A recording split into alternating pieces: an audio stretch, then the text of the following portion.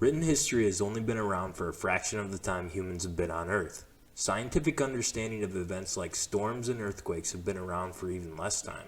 So how did people experience these natural disasters hundreds of years ago? And how can we interpret those stories to string together the major events of the past?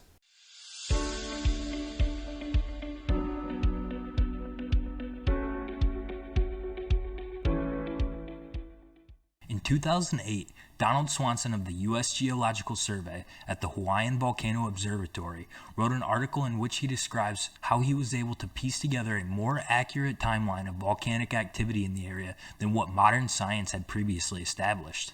Swanson used recorded accounts of oral histories from Native Hawaiian culture to connect the formation of the Kilauea caldera, part of one of the most active volcanoes on Earth, to a 60-year-long eruption and its lava flow that ended around 1470. The two main points he analyzed from the story were a long period of forest burning from the lava flow and flying rocks from the eruption that formed the caldera.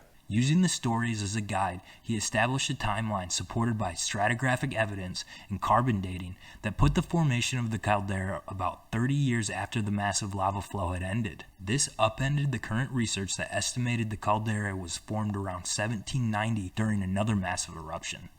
To further support Swanson's hypothesis, he also found a significant ash deposit that measured as thick as 13 meters in some places to be much older than originally thought.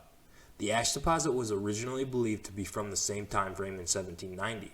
By differentiating the layers, he determined the deposit was from a 300-year-long period that started near when the caldera actually formed around 1500. In Swanson's paper, he asserts that if the oral histories of the Hawaiian people were not dismissed and instead investigated upon, these conclusions could have been drawn much earlier. Quote, "If my interpretations are correct, it is fair to say that volcanologists were led astray by not paying close attention to the Hawaiian oral traditions. Had we looked for geologic evidence to test the traditions rather than ignoring them, we probably would have realized much sooner that formation of the caldera closely followed the eruption of the Kilauea flow and that both took place centuries before 1790. End quote. Myths that have been passed down through time often originate from real-world events that affected cultures from the past. When looking to understand these events, trying to interpret related stories from any culture could be useful to unlocking history in ways that we haven't even explored yet. This is just one way generational knowledge can help advance modern science. Thank you for watching.